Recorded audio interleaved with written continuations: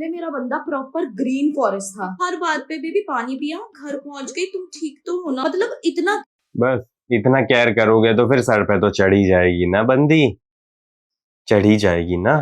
Caring की मुझे लगता था कि भगवान ने मुझे प्रीमियम वर्जन भेज दिया है। अब पता नहीं इसमें किस बात की अकड़ आ गई है। जैसे एक सवाल पूछ लूं ना पूरे दिन में कि क्या कर रहा है, तो उसका रिप्लाई ऐसा आता है जैसे मैंने उसके घर में इनकम टैक्स की रेड मार दी हो। पहले मैं देखो मुझे लगता है यहाँ पे ज्यादा एग्जेजरेशन हो रहा है। बंदे कभी भी ऐसा करते नहीं है जब तक उसके पीछे का कोई ठोस कारण ना हो तब तक, ठीक है।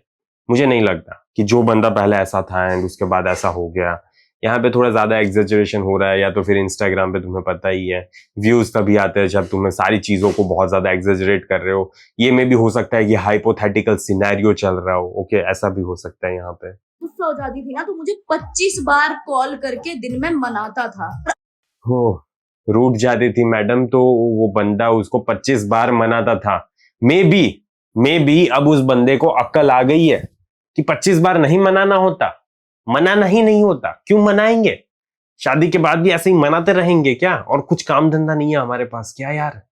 इतना सब कुछ है करने के लिए, मनाता रहूं मैं उसके पीछे, भागता रहूं पीछे पीछे।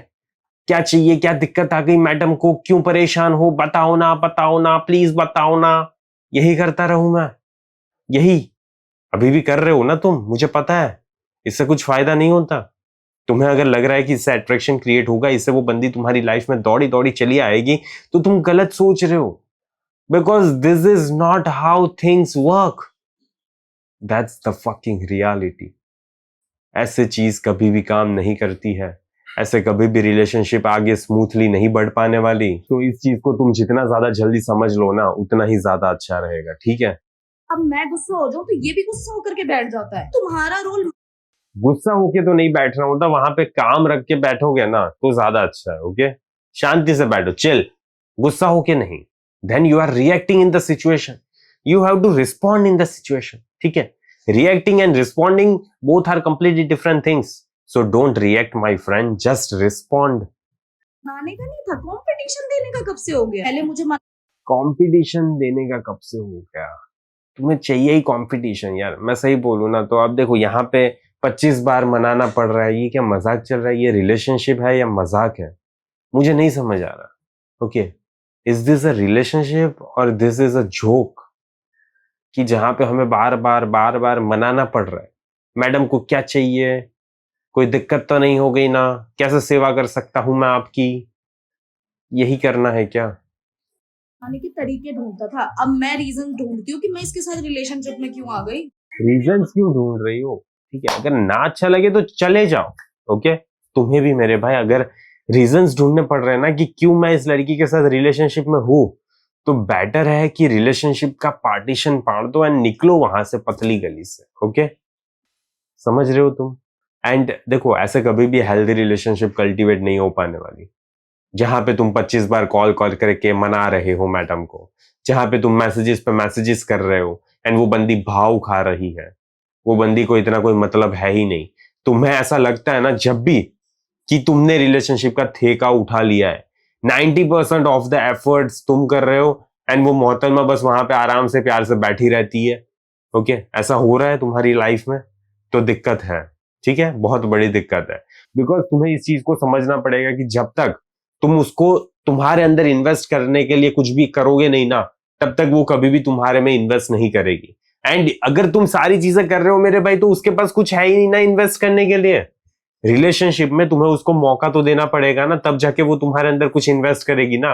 लेकिन तुम इतना ज्यादा पैम्पर कर रहे हो, इतना ज्यादा ख्याल रख रहे हो, इतना ज्यादा जी हुजूरी कर रहे हो, तो फिर रीजंस कहाँ है? Where are the fucking reasons? क्यों वो तुम्हारे में इन्वेस्ट करेगी जब तुम ही सब कुछ कर रहे हो? तो उसको भी थोड़ा टाइम दो, थोड़ा मौका दो इन्वेस्ट करने के लिए, तब जाके वो करेगी ना, ठीक है। रिलेशनशिप तभी चलेगी जब दोनों इंडिविजुअल्स उसमें इन्वेस्ट कर रहे हैं।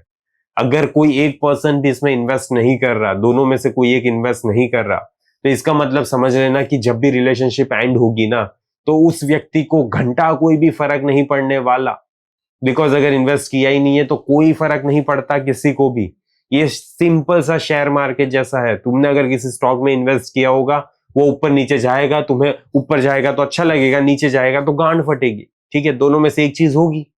तो फिर यही चीज रिलेशनशिप में भी अप्लाई होती है। अगर उसने इन्वेस्ट किया ही नहीं है तो फिर उसको ऊपर नीचे जाने से कोई फर्क नहीं है।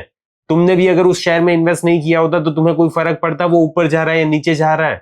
कोई फर्क नहीं पड़ता। तो वही सेम चीज रिलेशनशिप में अप्लाई होती है। अगर किसी भी एक पर्सन ने उसमें इन्वेस्ट नहीं किया तो उसको घंटा मतलब नहीं है कि रिलेशनशिप चल रही है या तो फिर नहीं चल रही। तो मेरे भाई, अगर वो तुम्हारी लाइफ में, तुम्हारी रिलेशनशिप में इन्वेस्ट नहीं कर रही, then this relationship is doomed to be failed. तुम्हें अगर ये सिनेरियो को चेंज करना है ना, तो मैं 3 घंटे का लाइव वेबिनार लेकर आया हूं, जिसकी लिंक तुम्हें वहां पे कमेंट में पिन मिल जाएगी। अगर इंटरेस्टेड हो सिनेरियो को चेंज करना है and you want to be a masculine man, then join the webinar. बाकी मैं इस वीडियो को यहीं पे समाप्त करता हूं। जल्दी मिलेंगे अगले वीडियो में। टिल देन बाय बाय, सी या।